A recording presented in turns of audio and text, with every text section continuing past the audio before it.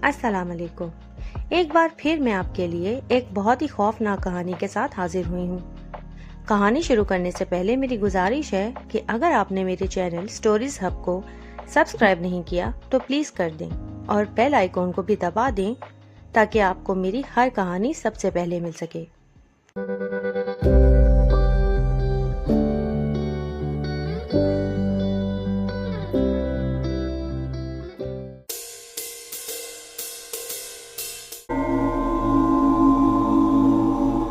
آج 8 سال بعد اس کا فون آیا۔ میں نے فون اٹھایا تو یہ میرے دوست اسد کی کال تھی۔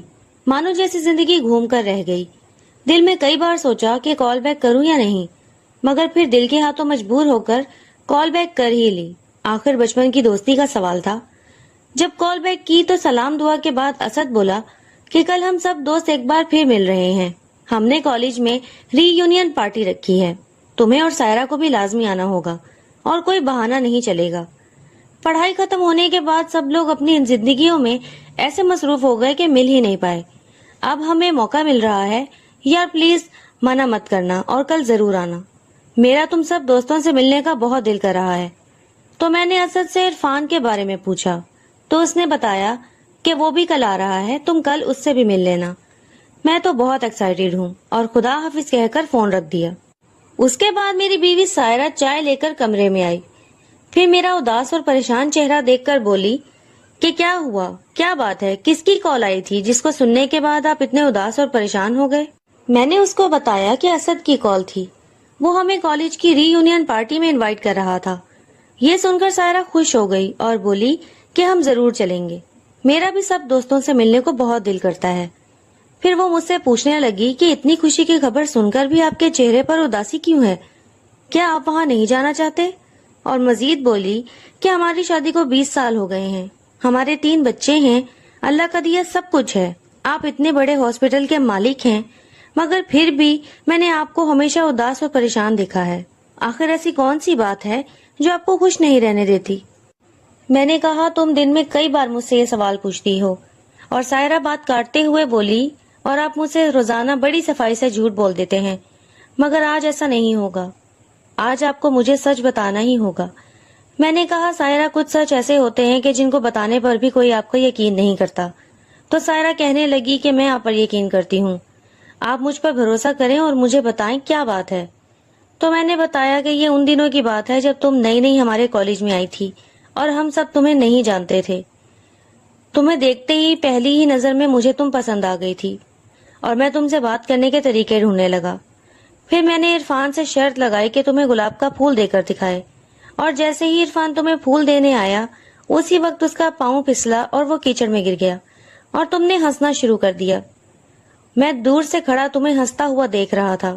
پھر عرفان کی مدد کرنے کے لیے میں اور اسد بھی وہاں آ گئے اور اس کو اٹھانے کے لیے ہم نے ہاتھ بڑھایا تو ہمارا پاؤں بھی پھسل گیا اور ہم بھی اس کے ساتھ کیچڑ میں گر گئے۔ یہ دیکھ کر تم نے اور بھی زیادہ تیزی سے ہنسنا شروع کر دیا۔ پھر یہاں وہاں دیکھ کر تم ہماری مدد کرنے کے لیے ہمارے پاس آئی اور تم بھی پھسل گئی، اور پھر ہم سب اسی کیچڑ میں ایک ساتھ بیٹھے تھے اور ہم نے ایک ساتھ ہنسنا شروع کر دیا۔ اسی دن ہماری دوستی ہوئی تھی۔ تم تو جانتی ہو کہ ہم تینوں بچپن کے دوست ہیں اور ہمارے مزاج ایک دوسرے سے کتنے مختلف ہیں، مگر پھر بھی ہم ایک دوسرے کی بات کو اچھے سے سمجھ لیتے تھے۔ عرفان سنجیدہ مزاج جبکہ اسد اتنا ہی باتونی تھا، اور میرا تو تمہیں پتا ہی ہے میں کتنا شرارتی ہوا کرتا تھا اور ہر کسی سے شرط لگاتا رہتا تھا۔ تو سائرہ کہنے لگی ہاں میں جانتی ہوں، آپ کی انہی باتوں کی وجہ سے تو میں آپ کو اپنا دل دے بیٹھی تھی۔ میری حرکتوں سے کسی کو جانی نقصان تو نہیں ہوتا تھا، مگر ہاں مالی نقصان ضرور ہوتا تھا، کیونکہ زیادہ تر شرطیں تو میں ہی جیت جاتا تھا۔ اور پھر جب ہمارا فائنل ایئر آیا تو ہم سب میں ایک گیپ آ گیا تھا، سب اپنی پڑھائی کرنے میں مصروف ہو گئے تھے اور میں پڑھ کر بالکل بور ہو گیا تھا، کیونکہ اتنے دنوں سے نہ ہی میں نے کسی کو تنگ کیا تھا اور نہ ہی کسی سے شرط لگائی تھی۔ پھر میں نے سب دوستوں کو کہا کہ آخری پیپر کے بعد ہم سب ایک پارٹی کریں گے جو لیٹ نائٹ تک چلے گی اور اس میں بس ہم بوائز ہوں گے، اس لیے میں نے تمہیں اس پارٹی کے بارے میں کچھ نہیں بتایا تھا۔ آخرکار کافی دنوں کے بعد وہ دن بھی آ گیا اور ہم سب نے مل کر پارٹی کا پلان کیا اور رات کو سب اکٹھے ہوئے۔ ہم نے خوب مزہ کیا، باتیں کی، ڈانس کیا، پیٹ بھر کر کھانا کھایا۔ میں نے سب کو دل کھول کر تنگ کیا اور شرطیں لگائیں، اور خوب پیسے لوٹے۔ اس کے بعد جب سب گھر چلے گئے تو بس میں، اسد اور عرفان ہی رہ گئے تھے۔ میں نے عرفان سے پوچھا کہ تمہارا کزن ندیم آج کہیں نظر نہیں آیا پارٹی میں؟ وہ تو ہماری کوئی پارٹی مس نہیں کرتا تھا۔ تو عرفان بولا کہ یار وہ لیٹ نائٹ تک باہر نہیں رک سکتا۔ تو میں نے بولا کیوں؟ پہلے تو ایسا نہیں تھا۔ تو عرفان بولا پہلے کبھی ہم نے اتنی لیٹ نائٹ پارٹی بھی تو نہیں کی تھی، اور ویسے بھی وہ تو شروع سے ہی رات کو گھر سے باہر نہیں نکلتا۔ تو میں نے ہنس کر کہا کیوں، وہ چھوٹا سا بچہ ہے کیا جو اندھیرے سے ڈرتا ہے؟ تو عرفان سنجیدگی سے بولا نہیں یار، میرے ماموں اس کو رات کو باہر نکلنے کی اجازت نہیں دیتے۔ دراصل وہاں راستے میں ایک خوفناک بنگلہ آتا ہے جہاں جنات کا بسیرا ہے، اور وہاں رات کو جو بھی گزرتا ہے اس بنگلے کے جنات اس کو تنگ کرتے ہیں، اور اگر کوئی غلطی سے اس بنگلے میں چلا جائے تو زندہ نہیں بچتا۔ ماموں نے بتایا تھا کہ وہاں 2-3 لوگوں کی لاشیں بھی ملی تھی، اسی لیے اس علاقے کو آصف زدہ کہتے ہیں، اور رات کو وہاں کوئی نہیں جاتا۔ یہ سب سن کر میں نے زور زور سے ہنسنا شروع کر دیا اور کہا کہ یار عرفان، تم کون سی صدی میں جی رہے ہو؟ ذرا اپنی آنکھیں کھولو، یہ 1998 ہے اور ہم نئی صدی میں قدم رکھنے والے ہیں۔ میری مانو تو اپنی اس دقیانوسی سوچ کو اسی صدی میں چھوڑ دو، یہ جن بھوت وغیرہ کچھ نہیں ہوتے۔ تو عرفان نے کہا کہ یار یہ بھی اللہ کی بنائی ہوئی مخلوق ہے اور برحق ہے، ان کا ذکر قرآن پاک میں بھی کیا گیا ہے۔ تو میں نے اس کو جواب دیا کہ میں ان کے ہونے سے انکار نہیں کر رہا یار، میں بس اتنا کہہ رہا ہوں کہ ان کا ہماری دنیا میں بھلا کیا کام، ان کی اپنی الگ دنیا ہے اور یہ وہیں رہتے ہیں، اور جس بنگلے کی تم بات کر رہے ہو ضرور وہاں کی کچھ اور ہی کہانی ہوگی۔ مجھے لگتا ہے کہ وہاں کوئی غلط کام ہوتا ہے جس کی وجہ سے انہوں نے یہ افواہ اڑا دی ہے کہ یہاں جنات ہیں تاکہ کوئی ان کو پکڑ نہ سکے۔ میں نے اکثر فلموں میں ایسا دیکھا ہے۔ تو عرفان کہنے لگا کہ نہیں یار، وہ جگہ اور بنگلہ سچ میں آصف زدہ ہے۔ بچپن میں ندیم اور اس کا دوست غلطی سے اس ایریے میں چلے گئے تھے، ان کی بال اس بنگلے میں چلی گئی تھی۔ جیسے ہی وہ دونوں بال لینے اندر گئے تو اس چیز نے ندیم کے دوست کے منہ پر زوردار تھپڑ مارا اور اس کو دورے پڑنے لگ گئے۔ ندیم ڈر کے مارے اس کو وہیں چھوڑ کر بھاگ آیا، مگر جب ندیم گھر لوٹا تو اس کا دوست وہیں سامنے گلی میں کھیل رہا تھا۔ ندیم کو بہت تیز بخار ہو گیا اور 2 ہفتے تک وہ اس خوف سے ابھر نہیں پایا۔ تو اسد نے عرفان سے پوچھا کہ بھی وہ بچہ جو ندیم کے ساتھ کھیل رہا تھا وہ کون تھا؟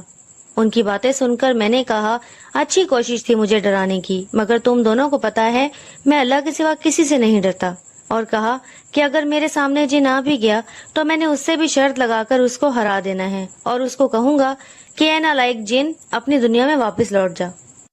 میری باتیں سن کر عرفان نے کہا کہ کبھی جب یہ چیزیں تمہارے سامنے آئیں گی تو پتا چلے گا کہ تمہاری زبان سے ایک لفظ بھی نکلتا ہے یا نہیں۔ تم ان چیزوں کو ہلکے میں مت لو۔ میں نے ہمیشہ کی طرح اس کی باتوں کو ہنسی میں اڑا دیا اور کہا کہ چلو پھر ابھی وہاں چلتے ہیں، آج ہی دودھ کا دودھ اور پانی کا پانی ہو جائے گا۔ مگر عرفان بولا کہ نہیں یار، مجھے میری زندگی بہت عزیز ہے، یہ کام مجھ سے نہیں ہوگا، اور میری مانو تو تم لوگ بھی وہاں جانے کا خیال دل سے نکال دو۔ اس کے بعد ہم سب اپنے اپنے گھر چلے گئے، مگر میرے ذہن میں عرفان کی باتیں مسلسل گھوم رہی تھی۔ میں ثابت کرنا چاہتا تھا کہ جنات وغیرہ کچھ نہیں ہوتے، یہ بس ہمارا وہم ہوتا ہے، جنات کا بھلا ہماری دنیا میں کیا کام۔ تو میں نے وہاں جانے کا پلان بنایا، لیکن بنا اپنے دوستوں کے میں وہاں جانا بھی نہیں چاہتا تھا۔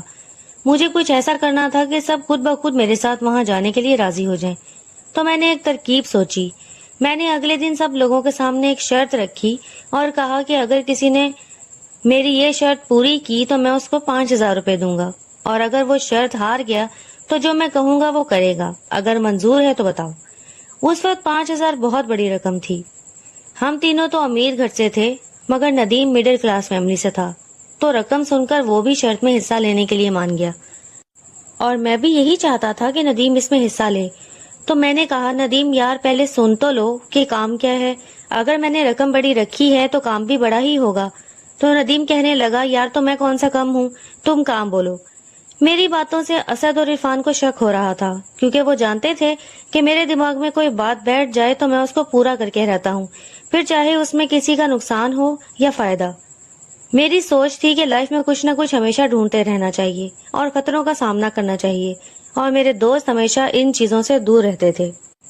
تو عرفان بولا کہ یار ندیم تم کیا اس کی باتوں میں آ رہے ہو، چلو گھر چلیں، اور اسد مجھے اشارے کرتے ہوئے پوچھ رہا تھا کہ بتاؤ شرط کیا ہے، وہ بہت بے صبرا ہو رہا تھا۔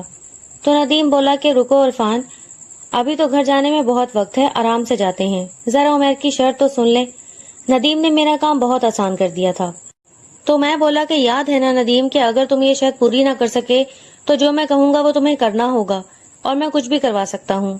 میری باتیں سن کر عرفان مجھے سائڈ پر لے گیا اور کہا کہ یار یہ تم کیا کر رہے ہو؟ تم جانتے ہو وہ معصوم ہے، مجھے تمہاری سب چالاکیاں سمجھ میں آ رہی ہیں، مت بھولو کہ وہ میرا کزن ہے اور اگر اس کو کچھ ہو گیا تو میرے ماموں مجھ سے سوال کریں گے، میرے لیے مشکل پیدا مت کرو۔ مگر میرے سر پر تو اس بنگلے میں جانے کا بھوت سوار تھا۔ پھر ندیم نے کہا کہ میں نے سوچ لیا ہے، مجھے تمہاری شرط میں حصہ لینا ہے۔